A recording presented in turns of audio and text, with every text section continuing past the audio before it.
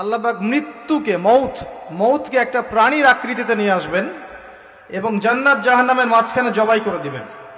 মৃত্যুর স্বাদ গ্রহণ করতে হবে, মৃত্যুকেও মৃত্যুর স্বাদ গ্রহণ করতে হবে। সম্মানিত উপস্থিতি, কেমন আছেন আপনারা? আলহামদুলিল্লাহ, আলহামদুলিল্লাহ আলা কুল্লি হাল ওয়া ফি কুল্লি মাকান। সুখে দুঃখে সর্বাবস্থায় সমস্ত প্রশংসাকার আল্লাহ রাব্বুল আলামিন সূরা ইব্রাহিমের মধ্যে বলেছেন, লা ইন শাকারতুম লা আযীদান্নাকুম।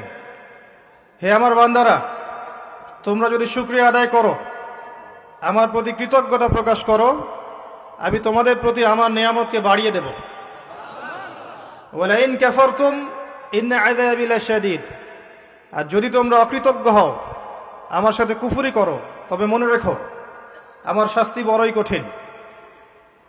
আল্লাহ পাক যেমন গফুর রহিম ওয়া হুয়া শাদীদুল ইকাব আইদান, আল্লাহ পাক যেমন গফুর রহিম পরম করুণাময় অসীম দয়ালু, একইভাবে আল্লাহ পাক কিন্তু কঠোর শাস্তিদাতাও বটে। প্রত্যেক যুগে যুগে যে বা যারা আল্লাহ এবং তার রাসূলের আনুগত্য করবে, আল্লাহ পাক নিঃসন্দেহে তাদের প্রতি হবেন গফুর এবং রহিম। তাদেরকে আল্লাহ পাক দুনিয়াতেও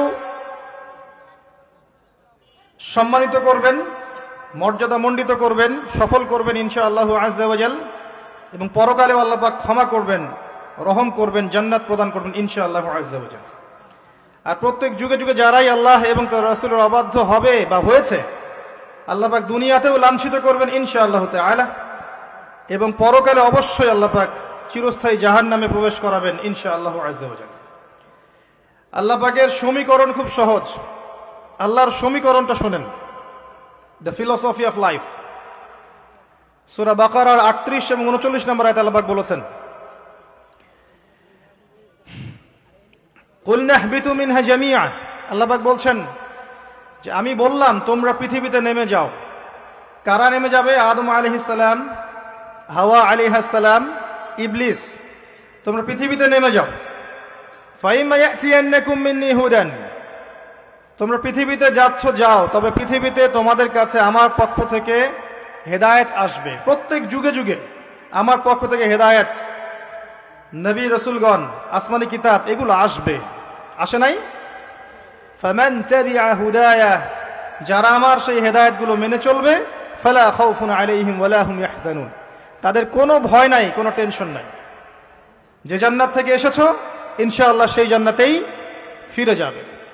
সহজ কথা, আল্লাহর কথা খুব স্পষ্ট সহজ। ওয়াল্লাযীনা কাফারু ওয়া কাযযাবু বিআয়াতিনা, কিন্তু যারা কুফরি করবে এবং মিথ্যা প্রতিপন্ন করবে আমার আয়াতকে, আমার নিদর্শনকে, উলাইকা আসহাবুন নার, তারা হবে জাহান্নামের অধিবাসী। কিসের অধিবাসী? আর জাহান্নাম নিশ্চয়ই কোনো ভালো জায়গা নয়। হুম ফিহা খালিদুন, তারা সেখানে চিরস্থায়ী হবে। কিয়ামতের মাঠে যখন জান্নাত এবং জাহান্নামের ফয়সালা হয়ে যাবে, আল্লাহ পাক মৃত্যুকে মৌতকে একটা প্রাণীর আকৃতিতে নিয়ে আসবেন এবং জান্নাত জাহান্নামের মাঝখানে জবাই করে দিবেন। কুল্লু নাফসিন যায়িকাতুল মাউত, শুনেছেন না? যে প্রত্যেক নফসকে কি করতে হবে? মৃত্যুর স্বাদ গ্রহণ করতে হবে, মৃত্যুকেও মৃত্যুর স্বাদ গ্রহণ করতে হবে। চিন্তা করতে পারেন, মৌত এটাকে আল্লাহ পাক একটা প্রাণীর আকৃতিতে নিয়ে আসবেন জান্নাত জাহান্নামের মাঝখানে।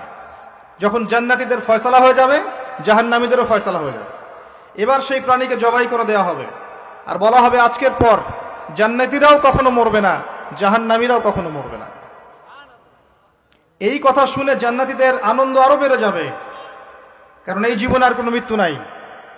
আর এই কথা শোনার সাথে সাথে জাহান্নামীদের আফসোসও আরো বেড়ে যাবে, হায় যদি মৌত থাকতো হয়তো আযাব নিতে নিতে মরে যেতাম। এখন আর সেই সৌভাগ্যটা হবে না।